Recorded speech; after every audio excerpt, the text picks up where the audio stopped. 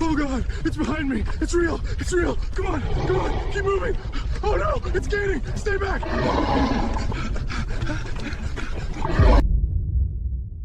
J'enregistre ça parce que j'ai besoin que quelqu'un l'entende avant que je l'efface. Il est 2h14 du matin, le 19 novembre, et je suis assise dans mon appartement à Bloomington, toutes les lumières allumées, la porte verrouillée à triple tour. Mes mains n'arrêtent pas de trembler. L'ecchymose sur ma poitrine est si sombre qu'elle paraît noire dans le miroir de la salle de bain. Et quand j'en suis le contour, je peux compter les doigts. 5. Chacun mesurant près de 25 cm de long. Les médecins de l'EU Health ont dit que c'était impossible. L'orthopédiste a dit que les ecchymoses ne prennent pas cette forme. L'interne a pris des photos avant que le médecin titulaire ne lui dise de les supprimer. Mais il ne l'a pas fait, et maintenant ces photos sont sur le site de l'Indianapolis Star avec un titre qui me traite d'affabulatrice. J'ai été transféré des opérations de terrain hier. C'est fini pour moi. Mais j'ai besoin de dire ça à voix haute une fois, tant que je me souviens encore des détails, tant que l'odeur de fourrure mouillée et de viande en décomposition est encore dans mes narines, tant que je peux encore sentir le poids qui m'a frappé par derrière sur la Forest Road 27. J'étais garde forestière en patrouille de nuit. Je connaissais ces bois. Je connaissais chaque kilomètre de sentier, chaque campement illégal, chaque itinéraire de braconniers. Je pensais savoir ce qui vivait là-bas. J'avais tort. Voici ce qui s'est passé il y a 6 nuits. Et je l'enregistre uniquement parce que si je ne le fais pas, je vais finir par me convaincre que je l'ai imaginé. Mais l'empreinte de main prouve le contraire. Revenons au début, au moment où c'était encore une garde normale. Le 13 novembre a commencé par une journée froide et claire. J'ai pris mon service au poste de garde du district à Tell City à 16h ans. J'ai vérifié le registre de patrouille, fait le plein de mon pick-up, testé la radio, chargé mon équipement.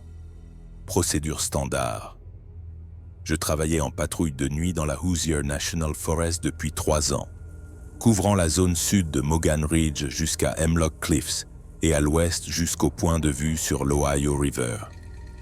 La plupart des nuits étaient au calme, des braconniers occasionnels avec leurs projecteurs, des campeurs ivres, des adolescents se faufilant dans des zones interdites. J'aimais la solitude. J'aimais être la seule garde à me déplacer dans 80 000 hectares de forêt dans le noir. Je me sentais en sécurité. C'est ça qui me hante aujourd'hui, à quel point je me sentais en sécurité.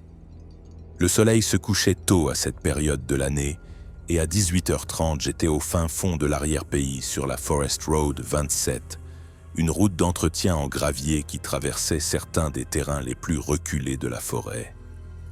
Mon superviseur avait appelé vers 18h pour me dire qu'un arbre était tombé en travers de la route à environ 6 km après la bifurcation de Tipsaw Lake, bloquant l'accès pour l'équipe des sentiers du matin. Mon travail consistait à évaluer la situation, voir si je pouvais le dégager avec la tronçonneuse dans la benne de mon pick-up, ou s'il fallait faire appel aux gros engins. Du travail de routine. Je l'avais fait une centaine de fois. La température chutait rapidement, déjà tombée à 3 degrés, et mon souffle formait un nuage dans la lumière des phares pendant que je conduisais. La radio crépitait des appels de contrôle des autres gardes du district. Tout semblait normal, tout semblait sous contrôle. J'ai atteint l'arbre abattu à 18h47. Je connais l'heure exacte parce que je l'ai noté sur mon téléphone, pris une photo du compteur kilométrique, documentation standard. L'arbre était un grand chêne, d'environ 18 mètres de haut, couché en diagonale sur la route. La motte de racines arrachée du flanc de la colline. Une chute récente. La terre dans les racines était encore humide. J'ai garé le pick-up 6 mètres en arrière, laissé les phares allumés pour m'éclairer, attrapé ma tronçonneuse et mon équipement de sécurité. La forêt était silencieuse. Trop silencieuse, je me souviens m'être dit, mais j'ai balayé cette pensée. Les nuits de novembre étaient toujours silencieuses. Les oiseaux avaient se migré vers le sud. Les insectes étaient aux morts. Même les cerfs se déplaçaient moins dans le froid. J'ai tiré sur le lanceur et la tronçonneuse a vrombi, brisant le silence, et j'ai commencé à couper le tronc en sections, en partant de la cime pour remonter vers la motte. Le travail était dur et méthodique. Je me suis laissé prendre par le rythme, couper et traîner, dégageant la route morceau par morceau. J'ai terminé la dernière coupe à 19h23. J'ai éteint la tronçonneuse et je suis resté là, à reprendre mon souffle dans le silence soudain. Mes oreilles bourdonnaient à cause du bruit du moteur. La sueur refroidissait sur mon dos sous ma veste malgré l'air froid. C'est là que je l'ai entendu. Un unique craquement sec, comme une branche d'arbre qui se brise mais plus profond, plus résonnant. Ça venait du flanc de la colline à ma gauche, en amont de la route, peut-être à 200 mètres dans les arbres. Je me suis tourné vers le bruit et j'ai écouté. Rien. Juste le vent qui soufflait dans les branches nues. Je me suis dit que c'était le gel qui faisait craquer le bois mort, un son courant en novembre. Mais mes tripes se sont nouées. Quelque chose n'allait pas. La forêt semblait anormale. Je n'aurais pas su dire pourquoi. J'ai rechargé la tronçonneuse dans la benne du pick-up, plus lentement que d'habitude, en écoutant attentivement tout le temps. Un autre craquement a retenti de la même direction, suivi d'un troisième, régulièrement espacé, peut-être à 15 secondes d'intervalle. Méthodique. Ce mot n'arrêtait pas de me revenir. Méthodique. Le gel ne brise pas les branches de façon régulière. J'ai sorti ma lampe de poche, balayé le flanc de la colline avec le faisceau. La lumière s'est accrochée au tronc d'arbre, à la roche exposée. Rien d'inhabituel. Mais je n'arrivais pas à me défaire du sentiment que quelque chose m'observait. Ma formation me disait d'enquêter, mon instinct me disait de partir. J'ai coupé la poire en deux. Je me suis approché du bord de la route, j'ai éclairé la pente avec ma lampe et j'ai lancé l'appel standard. « Service forestier, y a quelqu'un là-haut » Ma voix semblait faible et fluette dans l'obscurité. Aucune réponse. Le vent s'est levé, faisant s'entrechoquer les branches, et je me suis dit que les bruits étaient naturels, environnementaux, rien d'inquiétant. J'étais la seule personne à des kilomètres à la ronde. Je suis retourné au pick-up, je suis monté, j'ai démarré le moteur. Le chauffage a soufflé de l'air froid qui s'est lentement réchauffé. J'ai pris le combiné de la radio pour signaler que la route était dégagée. C'est là que j'ai senti l'odeur. Faible au début, s'infiltrant par les bouches d'aération mais sans équivoque. Fourrure mouillée, viande avariée. Une odeur de musc si épaisse qu'elle me prenait à la gorge. J'ai eu un haut le cœur, j'ai baissé la vitre et je me suis penché pour respirer de l'air frais. L'odeur s'est intensifiée à l'extérieur du véhicule, suspendue dans le froid comme un brouillard. J'avais les larmes aux yeux, j'avais déjà senti des cerfs morts, des carcasses en décomposition que les braconniers laissaient dans les bois. Mais c'était différent. C'était vivant. C'était quelque chose de vivant et de proche. J'ai repris ma lampe de poche, balayé la route, la lisière de la forêt, le flanc de la colline. Rien ne bougeait. L'odeur s'est un peu estompée, puis est revenue en force. J'ai appelé la base, ma voix plus stable que je ne me sentais. Unité 7 à base. Je suis arrivé sur les lieux. Forest Road 27. Arbre dégagé. Mais je sens une odeur inhabituelle. Possible animal mort à proximité pourrait nécessiter un enlèvement par la faune demain matin terminé. L'opérateur a accusé réception. M'a dit de noter l'emplacement et de continuer ma patrouille. Procédure standard. Mais je n'ai pas bougé. Je suis resté assise là, le moteur tournant, les fenêtres remontées maintenant, essayant de me convaincre que l'odeur venait d'une carcasse, juste une carcasse, rien de plus. La première pierre a heurté mon pare-brise à 19h34. Je le sais parce que je fixais l'horloge du tableau de bord, me disant de passer une vitesse et de partir. L'impact a été sec et soudain, une pierre de la taille d'une balle de baseball qui a fait une fissure en étoile dans le verre juste devant mon visage. J'ai sursauté si fort que je me suis cogné le coude contre la portière. Mon cœur battait la chamade. J'ai attrapé la lampe de poche, ouvert la portière brusquement. Je me suis tenu derrière en l'utilisant comme bouclier et j'ai balayé le flanc de la colline avec le faisceau. D'où diable ça venait? L'angle suggérait en amont côté gauche la même zone où j'avais entendu les branches craquer. J'ai crié « Ici le service forestier, vous venez de commettre un acte de vandalisme sur une propriété fédérale, montrez-vous. » Ma voix s'est brisée sur le dernier mot. Silence. Puis une autre pierre, plus petite, a sifflé près de ma tête et a ricoché sur la benne du pick-up. Je me suis baissé. Une troisième pierre a heurté le capot avec un bruit métallique sourd. Elle venait d'angles différents maintenant, de directions différentes, comme si quelqu'un tournait autour. Pas quelqu'un, plusieurs personnes. Forcément. Des braconniers qui harcelaient une garde, ça arrivait parfois. Généralement des jeunes qui essayaient de nous faire peur. Mais l'odeur ne collait pas. Et l'espacement des lancers semblait étrange, trop rapide pour qu'une seule personne se repositionne et lance. J'ai pris une décision, je suis remonté dans le pick-up, j'ai claqué la portière, je l'ai verrouillée et j'ai appelé la base. Unité 7 à base, je subis un harcèlement à ma position. Plusieurs pierres lancées sur mon véhicule, pare-brise endommagé. Je demande des renforts. Terminé. La base a répondu immédiatement d'une voix professionnelle et calme. Reçu, unité 7. Quelle est votre position exacte? J'ai donné les coordonnées de mon GPS, leur ai dit Forest Road 27, 6 km après Tipso Lake. L'opérateur a dit que l'unité disponible la plus proche était à 45 minutes, actuellement du côté est de la forêt, près de Brownstown. Est-ce que je me sentais en danger? Pouvais-je me déplacer? J'ai regardé le pare-brise fissuré, senti l'adrénaline faire trembler mes mains, entendu une autre pierre rebondir sur le toit. Oui, je me sentais en danger, mais je me sentais aussi stupide.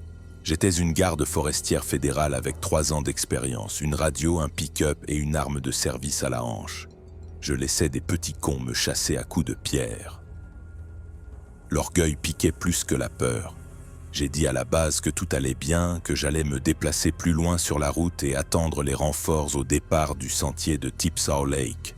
L'opérateur a confirmé, m'a donné 1 heure de contrôle à 20h15, m'a dit d'appeler immédiatement si la situation s'aggravait.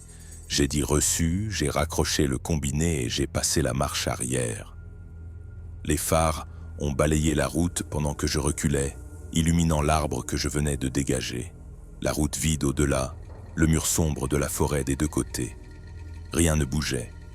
Les jets de pierres avaient cessé. J'ai passé la première, avancé lentement, fait demi-tour dans une large clairière et repris la route en sens inverse. Mes mains étaient stables sur le volant maintenant. Le chauffage ronronnait. La radio crépitait d'appels de contrôle lointains d'autres unités. Tout semblait à nouveau routinier, contrôlé sûr. J'étais à 3 km sur la route quand j'ai réalisé que j'avais laissé ma tronçonneuse non arrimée dans la benne. Cette pensée m'a agacé, une entorse au protocole, mais je ne voulais pas m'arrêter. Je la sécuriserais en arrivant au départ du sentier. La forêt se pressait des 2 côtés, les arbres se penchant sur la route étroite, les branches raclant le toit par endroits. Mon pare-brise fissuré réfractait les phares en motifs étranges, transformant chaque ombre en mouvement. Je conduisais prudemment, à l'affût des cerfs, des branches tombées, de tout ce qui pourrait se trouver là. L'odeur avait disparu, les jets de pierre avaient cessé. Je me suis dit que le pire était passé. Le moteur s'est arrêté à 19h41, sans avertissement, sans tout ni raté, juste un silence et une obscurité instantanée alors que tous les systèmes électriques se coupaient. Les phares se sont éteints. Le chauffage s'est arrêté. La radio est devenue muette. J'ai continué sur ma lancée jusqu'à m'arrêter au milieu de la route, entouré d'un noir absolu. Ma lampe de poche était sur le siège passager. Je l'ai attrapée, l'ai allumée et j'ai ressenti une petite vague de soulagement lorsque le faisceau a percé l'obscurité. J'ai essayé le contact.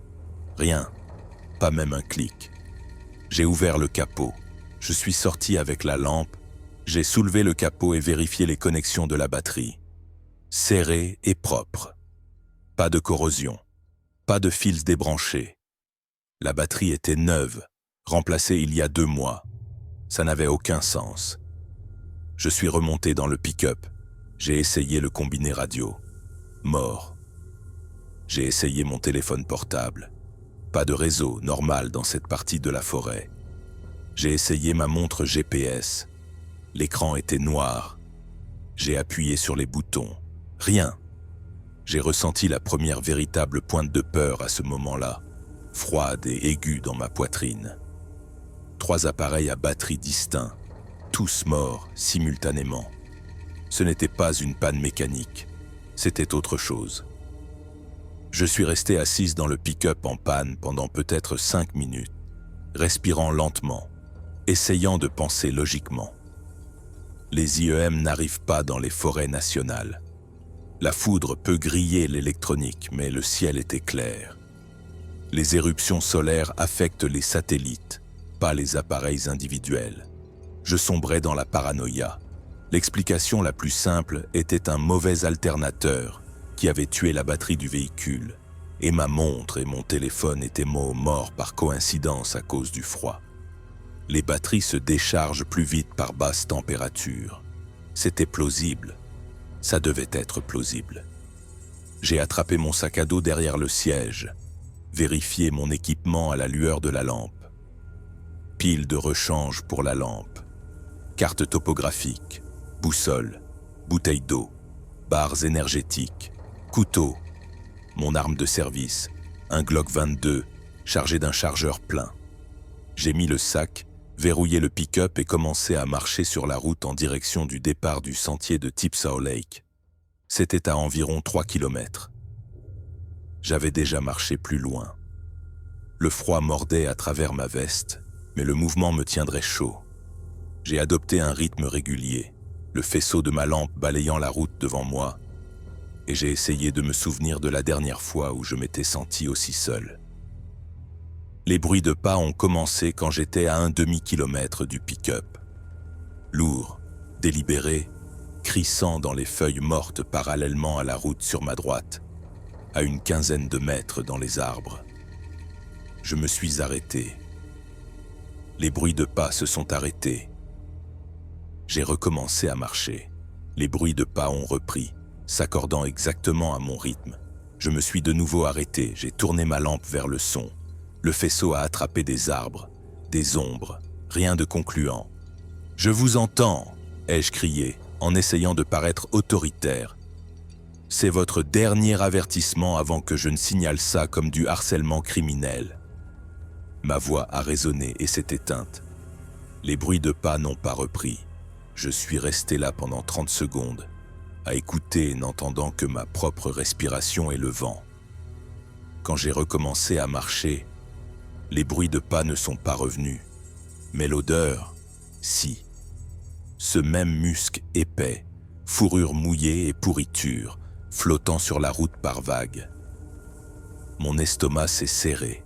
J'ai marché plus vite, la main posée sur mon arme dans son étui, les yeux scrutant la lisière des arbres.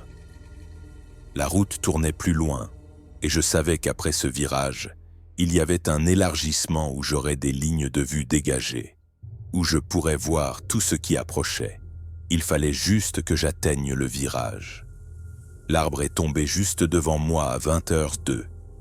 Un chêne mort sur pied, d'environ 12 mètres de haut, s'est abattu en travers de la route avec un bruit d'explosion. J'ai bondi en arrière, senti la vibration de l'impact à travers mes bottes, vu les branches se briser et se disperser sur le gravier. La poussière et les débris ont obscurci l'air. Le faisceau de ma lampe a percé le nuage, illuminant le tronc fraîchement tombé qui bloquait mon chemin.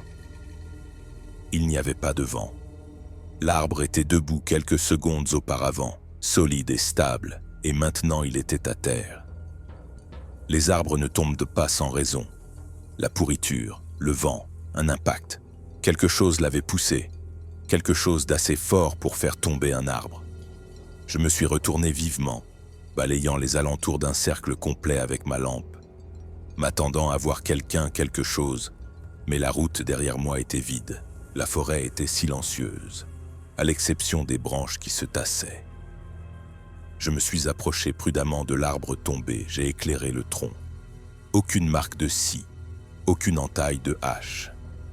La base où il s'était cassé montrait de la pourriture creusée par les insectes et les champignons. Mais la rupture était trop nette, trop soudaine. Comme si quelque chose l'avait poussé à son point le plus faible. C'est là que j'ai entendu les coups dans le bois. 3 frappes sèches et résonnantes, comme si quelqu'un frappait un tronc d'arbre avec une batte de baseball, résonnant depuis le flanc de la colline à ma gauche. Puis 3 autres du côté droit, puis 3 autres derrière moi, en triangulation, m'encerclant. Ma formation disait que c'était des démonstrations territoriales de primates, utilisées pour communiquer leur position et coordonner leurs mouvements. Mais nous n'avions pas de primates en Indiana. Nous avions des cerfs, des coyotes, des ours noirs occasionnellement, mais rien qui ne fasse des sons comme ça. J'ai grimpé par-dessus l'arbre tombé, m'écorchant le tibia sur une branche cassée, et j'ai continué à avancer. Les coups me suivaient, toujours depuis plusieurs directions, toujours par 3. Le faisceau de ma lampe a commencé à vaciller. Je l'ai frappé contre ma paume et le faisceau s'est stabilisé. Humidité. Condensation à l'intérieur du boîtier à cause du changement de température. Il me restait peut-être 22 minutes de lumière avant que le froid ne tue la batterie. J'ai atteint une section de la route où la forêt s'ouvrait légèrement, me donnant des lignes de vue dans les arbres. C'est là que je l'ai vu pour la première fois. Juste une forme, une épaule massive derrière un gros tronc de chêne, à environ 70 mètres en amont sur la pente. L'épaule était trop haute par rapport au sol, trop large. J'ai arrêté de marcher, j'ai porté toute mon attention sur cet endroit, en gardant ma lampe stable. La forme a bougé, a disparu derrière le tronc et j'ai aperçu un bras, sombre et long, couvert de poils. Pas de la fourrure, des poils, drus et rêches. Le bras s'est étendu autour du tronc et j'ai vu des doigts, épais et courbés, agrippant l'écorce. J'ai compté 4 doigts et un pouce, une disposition humaine mais 2 fois plus grande. Mon souffle s'est coupé. Chaque pensée rationnelle dans mon cerveau me disait que c'était impossible, mais mes yeux ne pouvaient pas oublier ce que je venais de voir. La forme a de nouveau bougé, passant complètement derrière le tronc, et j'ai entendu des bruits de pas s'éloignant vers le haut de la pente, rapides et lourds, s'écrasant à travers les sous-bois. Je ne l'ai pas poursuivi. Je suis resté figé, la lampe tremblant dans ma main, essayant de comprendre ce que j'avais vu. Quelque chose a ululé dans l'obscurité devant moi sur la route, un long cri modulé qui montait puis descendait, résonnant à travers les arbres. J'avais déjà entendu des enregistrements de ce son, dans des vidéos de formation sur des vocalisations inexpliquées dans les forêts du nord-ouest du Pacifique. Des sons que les biologistes de la faune ne pouvaient attribuer à aucun animal connu. Mais ce n'était pas le nord-ouest du Pacifique, c'était le sud de l'Indiana. Et le son était réel, pas un enregistrement vibrant dans ma poitrine. Un autre ululement a répondu derrière moi, puis un autre de la gauche. J'étais de nouveau encerclé. Ils se parlaient, se coordonnaient. J'ai commencé à courir.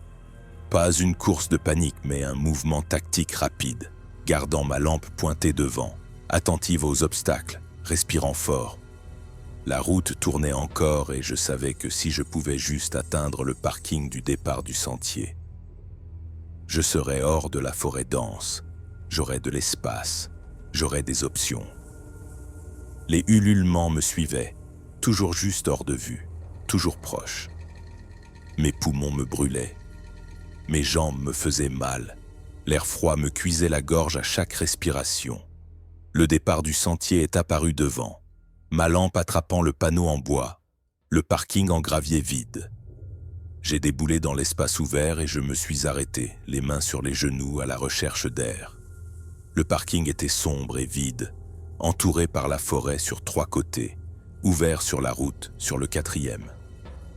Il y avait un bâtiment de toilettes sèches, un kiosque d'information sur les sentiers et un unique lampadaire qui ne fonctionnait pas. Mon pick-up aurait dû être là si la batterie avait fonctionné.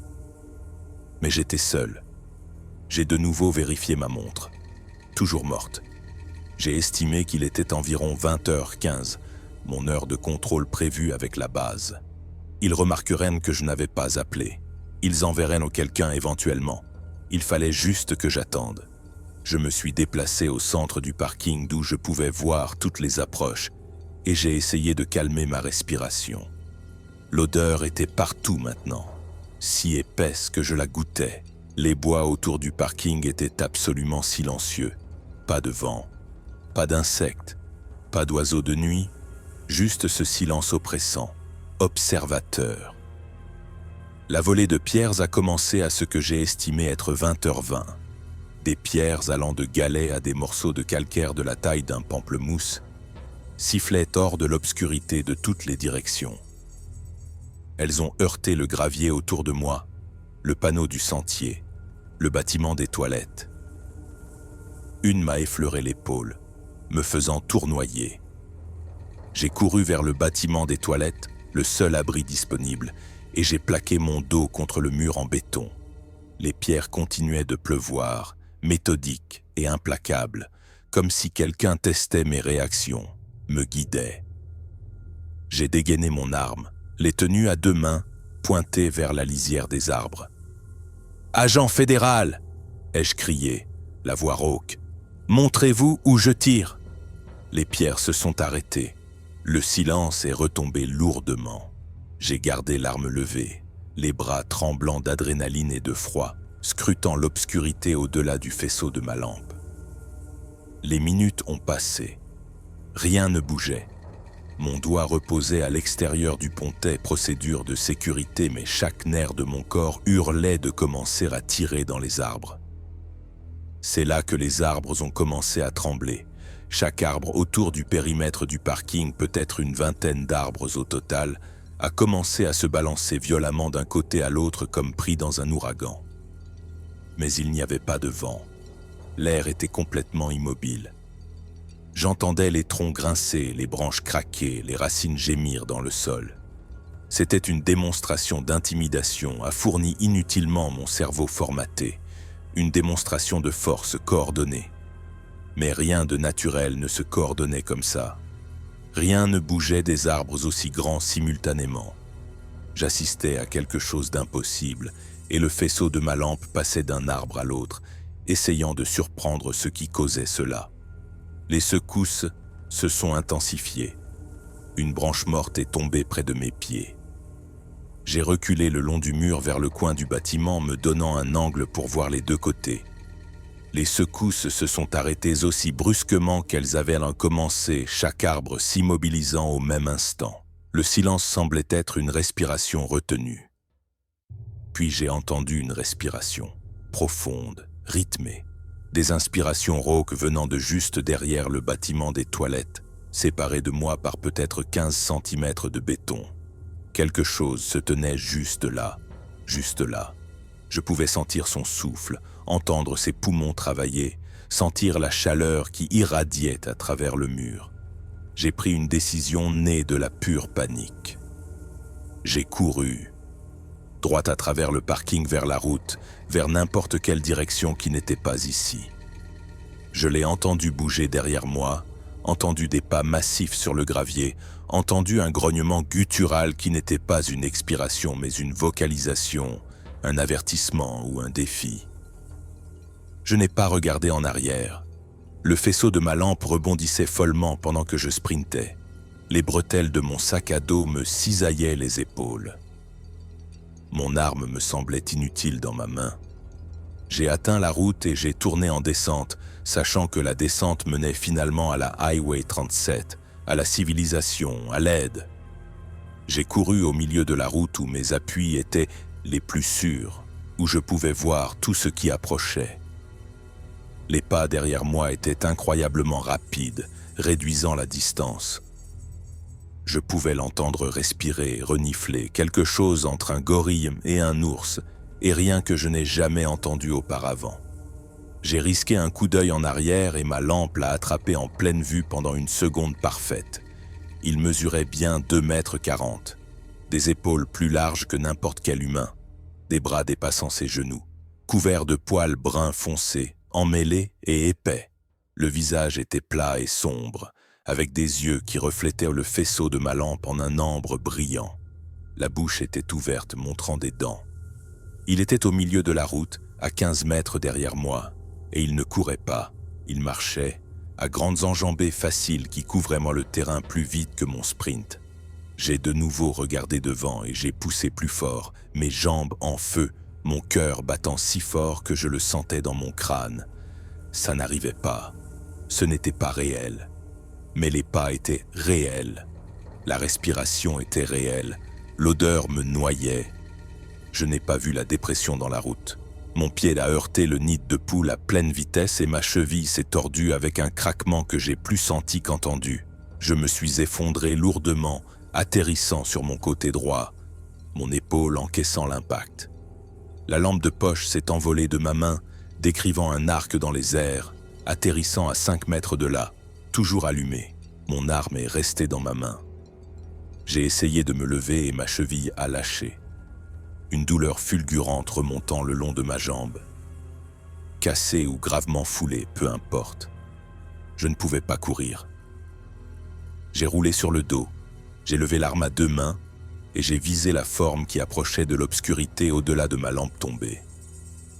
Elle s'est arrêtée juste à l'extérieur du halo de lumière.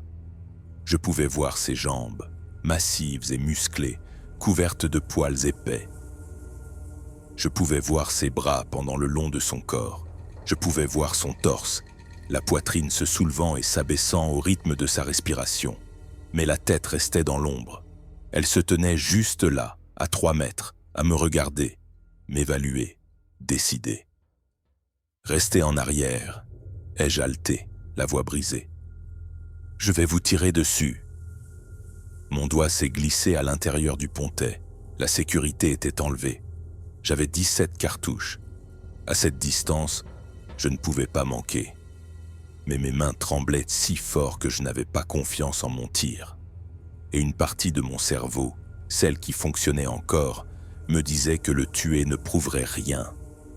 Une espèce de primate inconnu, abattu par une garde sans témoin, sans documentation, ne serait qu'une histoire, une affirmation rejetée et ridiculisée.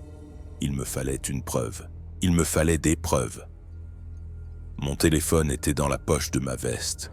Je ne pouvais pas l'atteindre sans baisser l'arme. Ma lampe de poche était à 5 mètres, n'éclairant rien d'utile. La caméra intégrée à ma veste, celle que j'utilisais pour documenter les infractions, était morte avec tout le reste. Je n'avais rien, juste moi et une arme et quelque chose qui ne devrait pas exister, debout dans l'obscurité, respirant. Elle a fait un pas en avant. J'ai tiré. Le flash de la bouche du canon a illuminé la route. La détonation assourdissante dans le silence. J'ai visé en plein torse.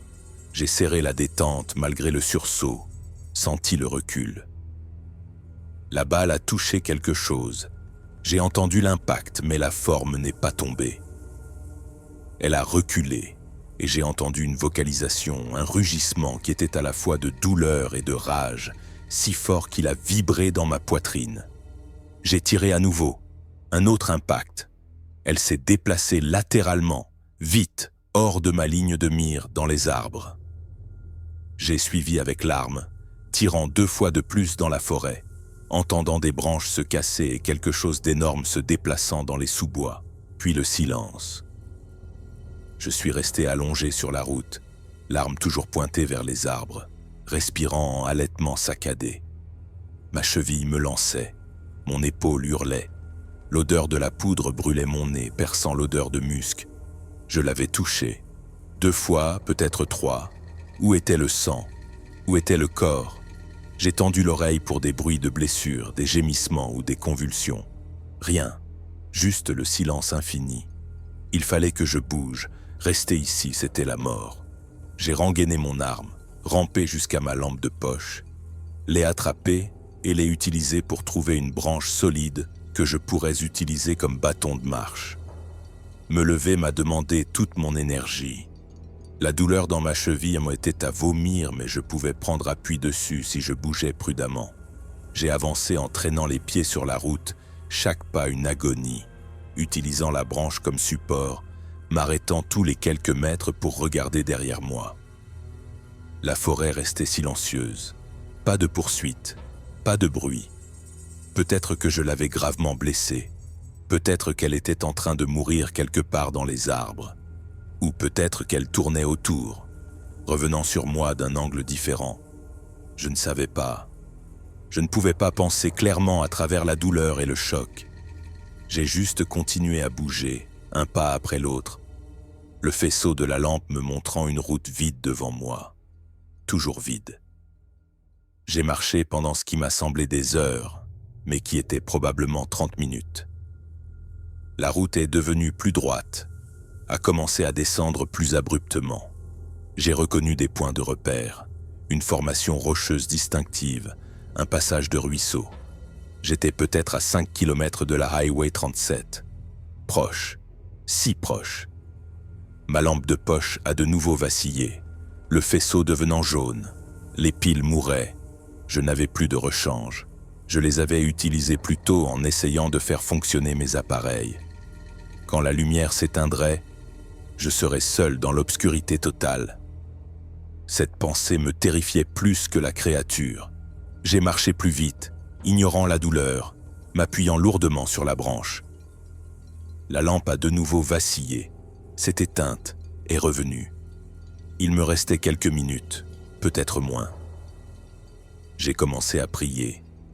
Quelque chose que je n'avais pas fait depuis l'enfance, juste des supplications sans parole pour que la lumière dure, pour que ma cheville tienne, pour que le matin arrive. S'il vous plaît. S'il vous plaît. S'il vous plaît. La lampe de poche est morte à ce qui devait être près de 22 heures ans. L'obscurité était absolue, plus épaisse que tout ce que j'avais connu. Pas de lune, pas d'étoiles, à travers la couverture nuageuse qui s'était installée. J'ai arrêté de marcher et je suis resté là, aveugle, à écouter. Je pouvais entendre le ruisseau quelque part devant, l'eau coulant sur les rochers. Je pouvais entendre le vent dans les arbres. Je pouvais entendre ma propre respiration et les battements de mon cœur. Je n'entendais rien d'autre. J'ai mis la lampe morte dans ma poche, gardé les deux mains sur le bâton de marche, et j'ai commencé à avancer au toucher, en faisant glisser mes pieds prudemment, testant chaque pas. La route avait une légère pente au centre avec des accotements en gravier qui descendaient vers des fossés de drainage. Tant que je restais sur la partie haute, j'allais dans la bonne direction. J'ai compté mes pas. J'en ai fait 100 avant d'entendre à nouveau les bruits de pas. Ils venaient de derrière moi, lents et délibérés, sans aucune tentative de discrétion. Quoi que ce soit là-dehors voulait que je sache qu'ils me suivaient.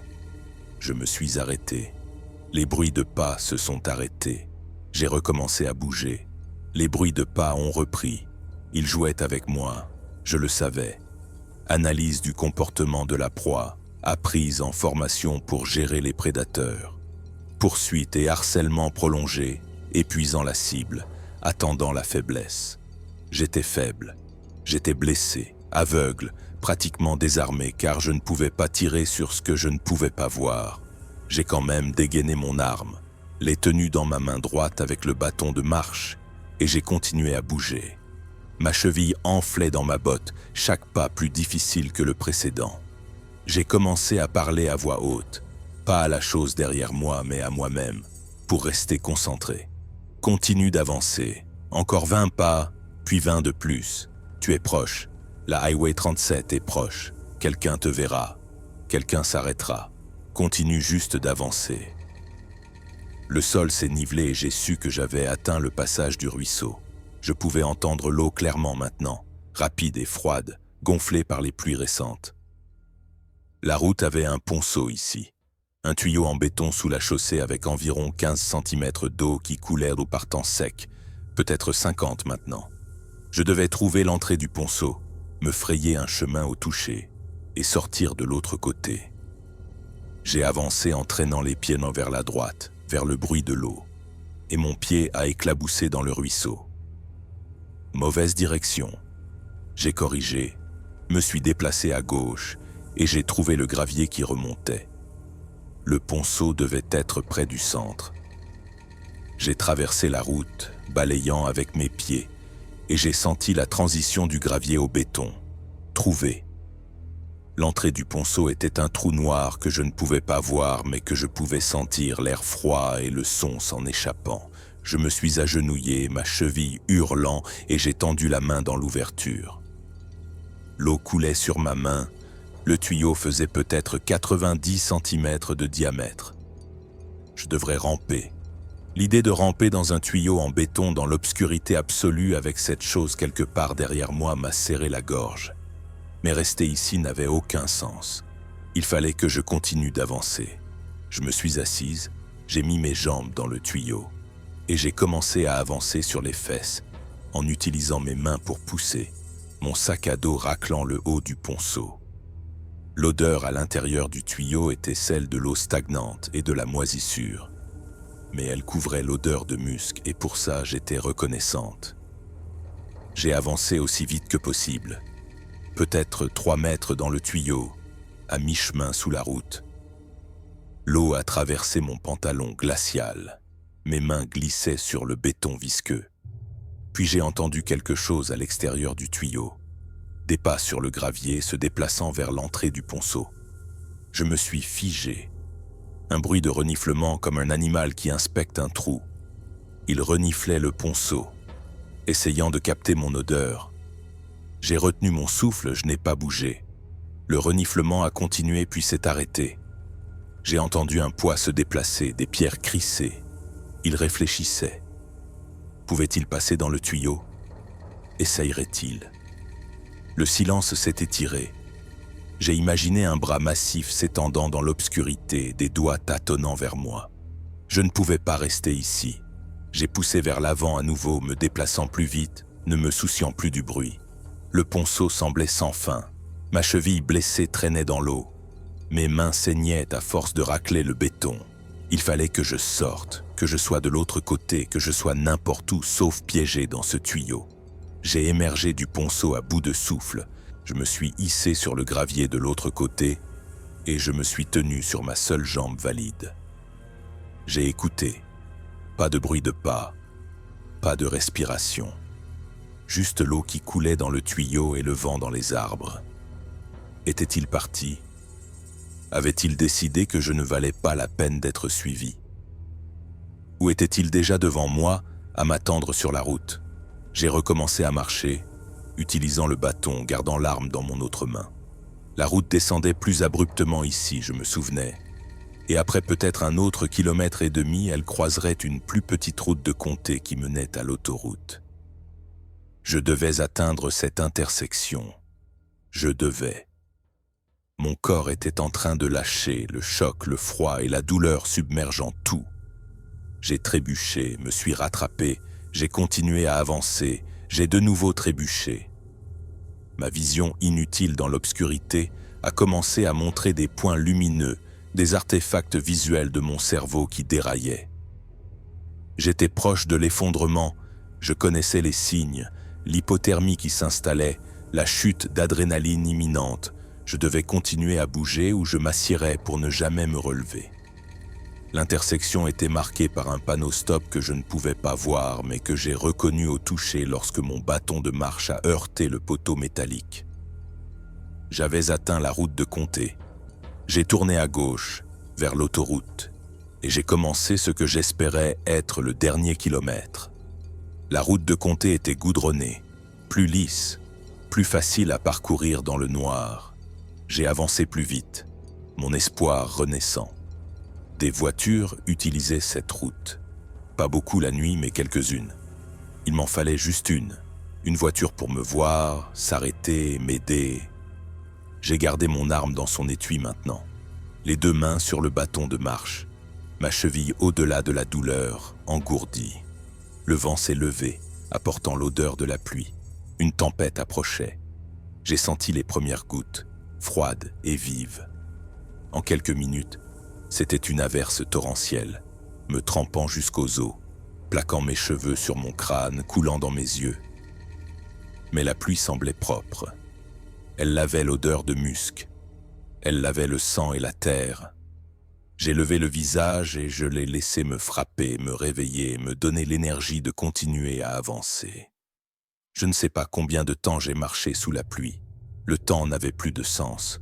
Mais finalement, j'ai vu de la lumière, faible au début, lointaine mais sans équivoque. Des phares sur l'autoroute, des véhicules qui passaient. J'étais proche, si proche. J'ai commencé à crier, la voix rauque. « À l'aide! Je suis là! À l'aide !» Les mots ont disparu dans la pluie. J'ai marché plus vite, ne boitant plus mais titubant, traînant ma jambe blessée. Les lumières sont devenues plus vives. Je pouvais voir l'intersection devant, le panneau stop sur la route de Comté où elle rejoignait la Highway 37. Je pouvais voir la station-service au coin, ses lumières éclatantes, un phare. J'avais réussi. J'allais m'en sortir. Encore 20 pas, 10, 5. Quelque chose m'a heurté par derrière avec la force d'une collision de voiture. J'ai senti l'impact sur tout mon dos. Senti mes côtes se comprimer, senti l'air s'échapper de mes poumons. Puis je tombais. Le monde basculait, le sol se précipitait vers moi. J'ai atterri face contre terre dans la boue et le gravier, le goût du sang dans la bouche. Je ne pouvais plus respirer, je ne pouvais plus bouger, un poids sur mon dos, un poids énorme, m'écrasant au sol.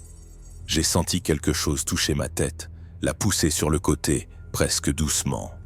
Puis le poids s'est déplacé plus bas, centré sur ma poitrine. Et j'ai senti une pression impossible, comme si mon sternum allait se briser. Une main, des doigts écartés sur ma poitrine. Je pouvais sentir chaque doigt, sentir la peau rugueuse, sentir la chaleur même à travers ma veste et ma chemise. Elle me maintenait au sol, ne me tuait pas, me tenait juste, s'assurant que je comprenne.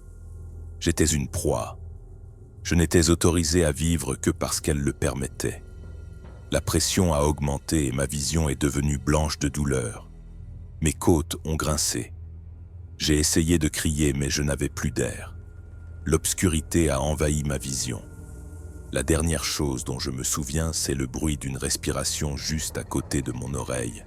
Et l'odeur, cette odeur accablante.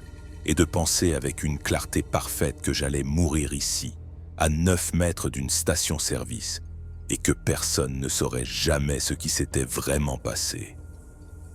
Je me suis réveillé face contre terre dans les feuilles et la boue, la lumière du jour filtrant à travers mes paupières closes. Ma première pensée a été que je m'étais endormi. Ma deuxième pensée a été que ma poitrine me faisait mal comme si quelqu'un y avait garé un camion. J'ai essayé de bouger et une agonie a traversé mon torse. J'ai réussi à rouler sur le côté, haletante, et j'ai regardé autour de moi. J'étais dans la forêt, à une quinzaine de mètres de la route de Comté, dans un fourré dense de jeunes arbres et de sous-bois. J'entendais la circulation au loin, des véhicules passant sur l'autoroute. Comment étais-je arrivé là? J'étais sur la route. J'étais presque à l'intersection. J'avais senti l'impact, senti le poids, senti la main. La main. J'ai ouvert ma veste avec des doigts tremblants, soulevé ma chemise et j'ai regardé ma poitrine. L'ecchymose se formait déjà. Un violet foncé s'étendant sur mon sternum, juste en dessous de ma clavicule jusqu'à mon plexus solaire. Et au centre, sans équivoque, il y avait une empreinte de main. 5 doigts, une paume, un pouce. Chaque doigt mesurait près de 25 cm de long. L'empreinte était si nette que je pouvais voir le grain de la peau, les points de pression où chaque bout de doigt avait appuyé le plus fort. Je l'ai fixé, mon cerveau refusant de comprendre ce que je voyais. Ce n'était pas réel, ça ne pouvait pas être réel, mais la douleur était réelle. L'ecchymose était réelle. J'ai suivi le contour avec mon doigt, comptant les doigts. 5, comme une main humaine. Mais 2 fois plus grande, peut-être plus. Il fallait que je bouge, que j'aille sur la route, que je fasse signe à une voiture, que j'aille à l'hôpital. J'ai essayé de me lever et ma cheville a cédé. L'entorse avait tellement enflé que ma botte coupait la circulation. Je l'ai délacée l'ai enlevé et j'ai vu que l'articulation avait la taille d'un pamplemousse, marbré de violet et de noir. Je ne pouvais pas marcher. J'ai rampé. Je me suis traîné à travers les sous-bois en utilisant mes bras, tirant mes jambes, centimètre par centimètre vers le bruit de la circulation. Des branches m'ont griffé le visage. Des épines m'ont déchiré les mains. Je m'en fichais. J'ai juste continué à bouger. Il m'a fallu peut-être 15 minutes pour couvrir 15 mètres. Quand j'ai atteint l'accotement de la route, je me suis effondré sur le gravier. J'ai roulé sur le dos et je suis resté là, à respirer difficilement. Une voiture est passée sans ralentir, puis une autre. J'ai levé le bras, fait un signe faible. La troisième voiture, un vieux pick-up, s'est arrêtée. Un homme en est sorti, d'âge moyen, en salopette de ferme, et a couru vers moi. « Bon Dieu, qu'est-ce qui vous est arrivé ?» a-t-il demandé en s'agenouillant. J'ai essayé de répondre, mais je ne trouvais pas les mots. Il a sorti son téléphone, a composé le 112, leur a donné sa position, a dit qu'il avait trouvé quelqu'un de blessé sur le bord de la route, possible victime d'un délit de fuite. Pas un délit de fuite, je voulais dire, mais ma voix ne fonctionnait pas. Il est resté avec moi jusqu'à l'arrivée de l'ambulance, me parlant, me demandant mon nom, me demandant si je pouvais bouger mes doigts, mes orteils. J'ai répondu en chuchotant. Michel Tran. Garde forestière.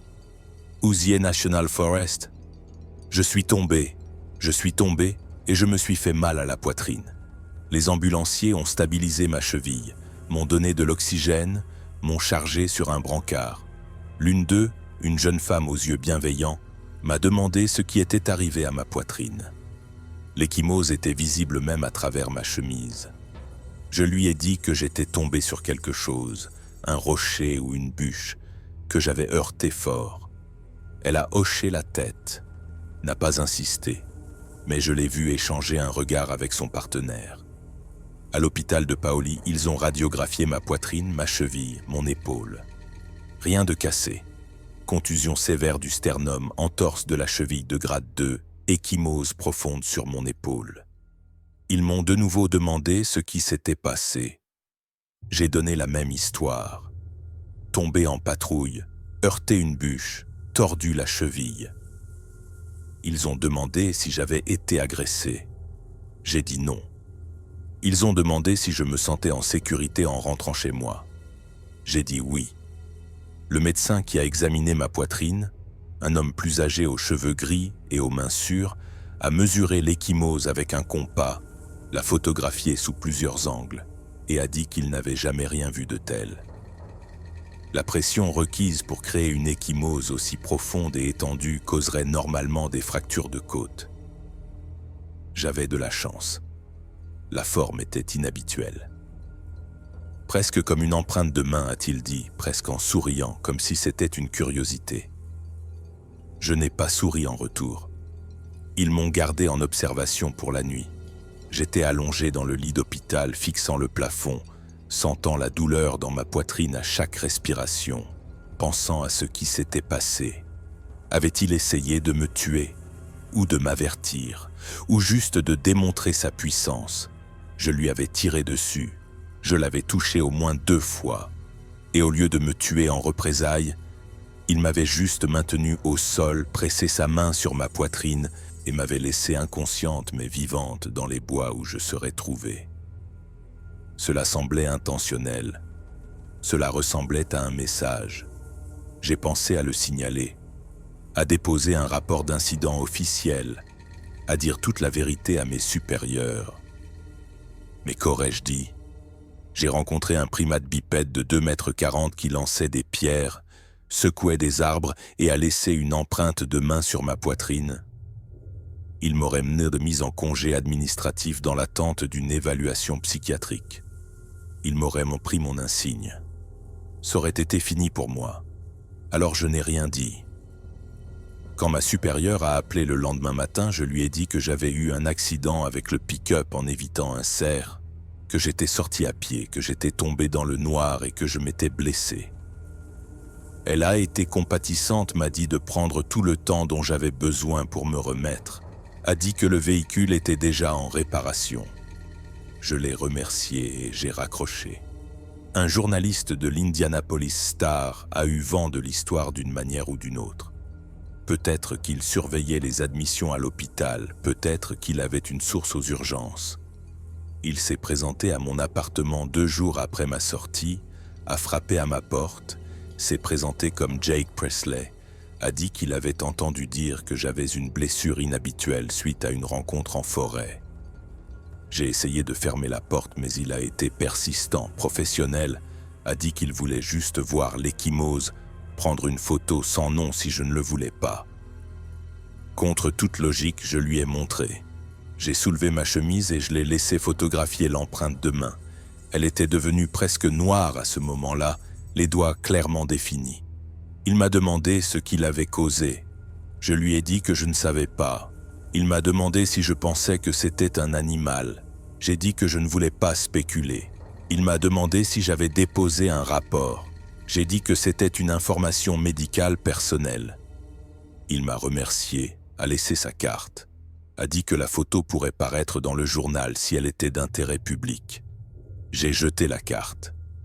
La photo est parue 3 jours plus tard sous le titre « Une garde forestière prétend avoir été attaquée par un animal inconnu ». Mon nom n'a pas été utilisé, mais l'image était claire. Mon sternum meurtri centré dans le cadre avec l'empreinte de main visible. L'article était sceptique, citait un médecin légiste disant que les ecchymoses pouvaient apparaître sous de nombreuses formes, en raison de la pression et de la distribution du sang. Citait un biologiste de la faune disant qu'aucun animal en Indiana ne pouvait créer une telle marque. Les commentaires en ligne disaient que c'était du Photoshop, me traitaient de personne en quête d'attention, disaient que c'était un canular. En 2 jours, l'histoire a été enterrée sous d'autres nouvelles, oubliées. J'ai été convoqué dans le bureau de ma supérieure et on m'a demandé sans détour si la photo était de moi. J'ai dit oui. Elle m'a demandé pourquoi je n'avais pas signalé une attaque d'animal. J'ai dit que je n'étais pas sûr que c'en était un, que je savais juste que j'avais été blessé et que je ne voulais pas en faire toute une histoire. Elle m'a regardé longuement, puis a dit que j'étais réaffecté à la médiation du parc, avec effet immédiat, service au centre d'accueil uniquement, plus de patrouilles dans l'arrière-pays. Je n'ai pas discuté. J'ai signé les papiers de réaffectation et j'ai rangé mon équipement de patrouille. Je travaille au centre d'accueil de Hemlock Cliffs depuis 4 mois maintenant. Je réponds aux questions sur l'état des sentiers. Je vends des laissez-passer de stationnement. Je fais des présentations sur l'écologie forestière à des groupes scolaires. C'est sûr. C'est ennuyeux. C'est exactement ce dont j'ai besoin. L'ecchymose a disparu au bout de 6 semaines, mais j'ai toujours les photos sur mon téléphone stockées dans un dossier verrouillé. Je les montre parfois à des amis, des gens en qui j'ai confiance, des gens qui me connaissent assez bien pour croire que je ne mens pas. Leurs réactions sont toujours les mêmes. Choc, incrédulité, puis une incertitude silencieuse. Ils ne me traitent pas de menteuse, mais ils ne savent pas quoi en penser. J'ai arrêté d'essayer de convaincre qui que ce soit. Je sais ce qui s'est passé. Je sais ce que j'ai vu, ce que j'ai entendu, ce qui m'a touché. Que quelqu'un le croie ou non ne change rien à la vérité. Le plus dur, c'est la peur. Elle vient sans prévenir. Je marche vers ma voiture sur un parking la nuit et je sens une odeur de chien mouillé et mon cœur se met à battre la chamade. J'entends des branches se casser dans les bois derrière mon appartement et je verrouille la porte même si je suis au 3e étage. Je vois un documentaire sur la faune et j'entends un ululement et je dois l'éteindre. Ma thérapeute dit que c'est un ESPT, que le traumatisme de l'attaque se manifeste par de l'hypervigilance et des déclencheurs sensoriels. Elle a probablement raison. Mais savoir que c'est un ESPT ne rend pas la peur moins réelle. Je vérifie toujours la lisière de la forêt chaque fois que je suis dehors. J'évite toujours les forêts la nuit. Je garde toujours mon arme chargée sur ma table de chevet, juste au cas où. La semaine dernière, je suis passé en voiture devant le départ du sentier de Tipsaw Lake pendant mon jour de congé. Je ne sais pas pourquoi. Peut-être que j'avais besoin de le voir en plein jour, de me prouver que ce n'était qu'un parking, qu'une forêt, que des arbres et de la terre, et rien de plus. Je me suis garé et je suis sorti, je me suis tenu à l'endroit où les pierres m'avaient frappé, où les arbres avaient tremblé, où j'avais entendu la respiration derrière le mur de béton. C'était lumineux, normal et paisible. Des randonneurs passaient avec des chiens. Des enfants couraient sur le parking. Je me suis approché de la lisière de la forêt, j'ai regardé dans les arbres et je n'ai vu que des ombres et la lumière du soleil. Pendant un instant, j'ai ressenti un soulagement. Peut-être que c'était une hallucination. Peut-être que le stress et l'isolement avaient créé quelque chose dans mon esprit qui n'était pas réel. Peut-être que l'ecchymose venait de la chute et rien de plus. Puis j'ai vu les empreintes, 3 d'entre elles, imprimées dans la boue molle près de la lisière des arbres. Chaque empreinte mesurait 45 cm de long, 5 orteils, une attaque de talons nette, de forme humaine mais massive, fraîche, d'un jour peut-être.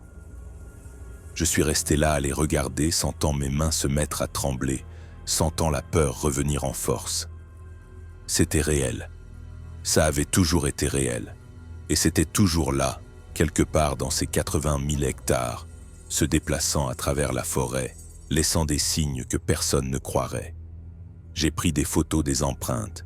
Je les ai envoyées à une biologiste de la faune que je connais à Purdue. Elle a répondu que c'était probablement des empreintes d'ours déformées par la fonte. Je n'ai pas discuté. J'ai sauvegardé les photos dans le même dossier verrouillé avec les images de l'ecchymose et je suis rentré chez moi. Je pense parfois à y retourner, prendre un appareil photo, du matériel d'enregistrement, passer une semaine dans ces bois à essayer de documenter ce que je sais être là. Je pense à ce que cela signifierait si je réussissais, si je revenais avec une vidéo claire, un son clair, des preuves claires. Est-ce que quelqu'un s'en soucierait? Ou dirait-il simplement que c'est un faux, un autre canular, une autre tentative désespérée d'attirer l'attention? Je ne sais pas. Ce que je sais, c'est que je ne suis pas prête. Peut-être que je ne le serai jamais. L'empreinte de main sur ma poitrine a peut-être disparu, mais le souvenir de cette pression, de ce poids, de ce moment d'impuissance absolue n'a pas disparu du tout. Il est avec moi chaque nuit quand je ferme les yeux. Chaque fois que j'entends le vent dans les arbres, chaque fois que je sens l'odeur de la fourrure mouillée. L'enregistrement que je fais en ce moment est ce que j'ai fait de plus proche de raconter toute l'histoire. Je le supprimerai probablement demain, ou peut-être que je le garderai enfermé avec les photos, une preuve de plus que personne ne croira. Je ne sais plus ce que je veux, une validation peut-être. Ou juste que quelqu'un entende ça et dise qu'il ne pense pas que je suis folle. Mais surtout, je veux juste arrêter d'avoir peur.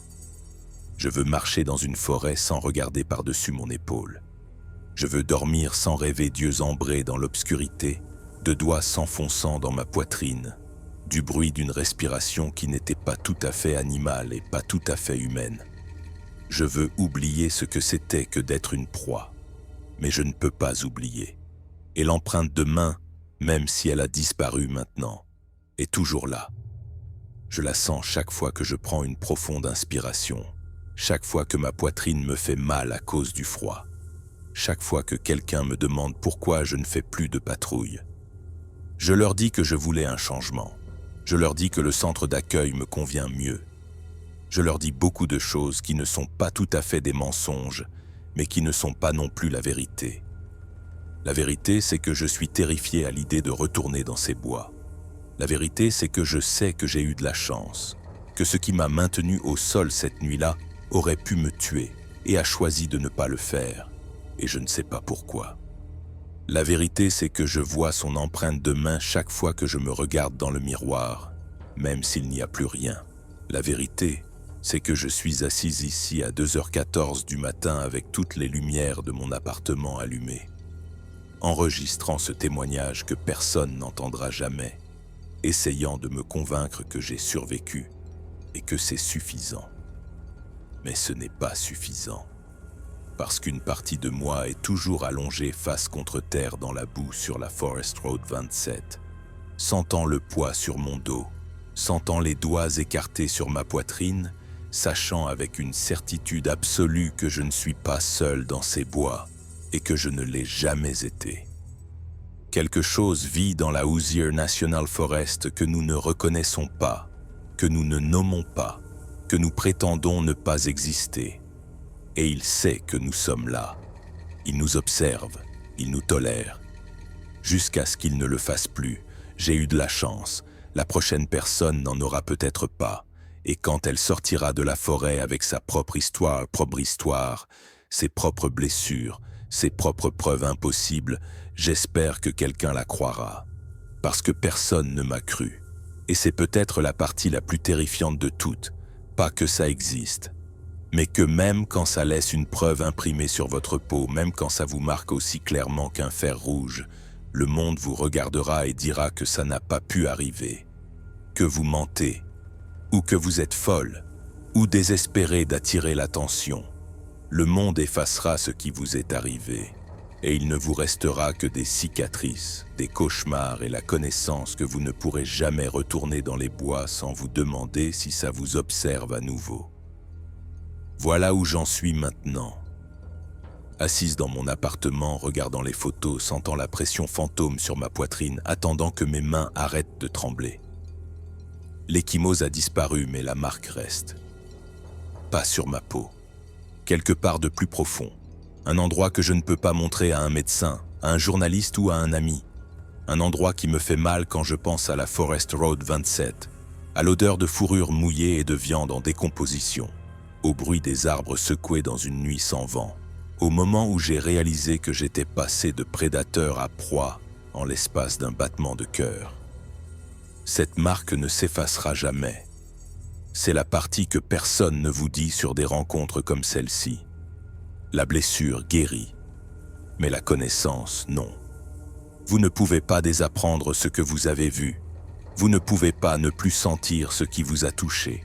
Vous ne pouvez pas revenir à croire que la forêt est vide à l'exception des cerfs, des coyotes et des ours noirs. Vous savez mieux maintenant. Vous connaissez la vérité. Et la vérité, c'est que certaines choses dans ces bois sont plus grandes que nous, plus fortes que nous, et sont là depuis plus longtemps que nos cartes, nos sentiers et nos postes de garde.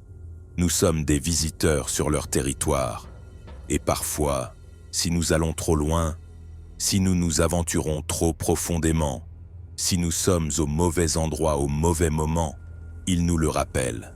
Ils pressent leurs mains sur notre poitrine et ils nous font sentir à quel point nous sommes petits. On me l'a rappelé, j'ai appris. Et maintenant, je travaille au centre d'accueil, je souris aux touristes, je leur dis de rester sur les sentiers balisés et je ne mentionne jamais pourquoi. Parce que comment expliquer que la chose la plus dangereuse dans la Hoosier National Forest n'est pas le terrain, ni la météo, ni la faune? C'est la chose que nous prétendons ne pas être là. La chose qui laisse des empreintes de 45 cm dans la boue et des ecchymoses en forme de main sur votre sternum, et qui prend votre certitude pour la remplacer par la peur. Comment dire ça à voix haute sans paraître folle? On ne le dit pas. On vit juste avec. On porte juste le poids de ce qu'on sait et on espère ne jamais avoir à l'apprendre à nouveau. Il est 2h47 du matin maintenant. Mes mains ont enfin arrêté de trembler. Je vais sauvegarder cet enregistrement, l'enfermer avec tout le reste et essayer de dormir. Demain, j'irai travailler et je répondrai aux questions sur les cascades, les distances des sentiers et si nous avons eu des observations d'ours cette année. Et je mentirai et dirai que non, nous n'en avons pas eu, que tout est sûr. Profitez de votre randonnée. Parce que l'alternative est de dire la vérité. Et personne ne veut l'entendre. Personne ne veut savoir que quelque chose de 2,40 m et d'une force impossible est là dehors dans l'obscurité, surveillant les sentiers, marquant son territoire, laissant des signes que nous sommes formés à ignorer. Personne ne veut croire que l'empreinte de main sur ma poitrine était réelle. que je ne l'ai pas truqué, pas imaginé, pas inventé pour l'attention, l'argent ou la gloire, que c'est arrivé exactement comme je l'ai décrit, et que si je retournais dans ces bois ce soir, cela pourrait se reproduire. Ou pire, alors je me tairais, je garderais les photos cachées, je continuerai mon travail sûr au centre d'accueil, et je continuerai à vérifier la lisière de la forêt où que j'aille, et je continuerai à dormir avec les lumières allumées. Et peut-être qu'un jour la peur s'estompera assez pour que je puisse marcher dans une forêt sans que mon pouls ne s'emballe. Peut-être qu'un jour j'arrêterai de sentir la pression fantôme sur ma poitrine. Peut-être qu'un jour je croirai que je suis vraiment en sécurité, que la distance, le temps et les papiers de transfert suffisent à me protéger de ce que j'ai rencontré sur la Forest Road 27. Mais je ne pense pas que ce jour arrive, je pense que c'est permanent. Je pense que l'empreinte de main a disparu mais que la marque reste pour toujours. Et je pense que c'est exactement ce qu'il voulait. Pas me tuer, juste me marquer, s'assurer que je n'oublie jamais, s'assurer que je sache toujours, mission accomplie.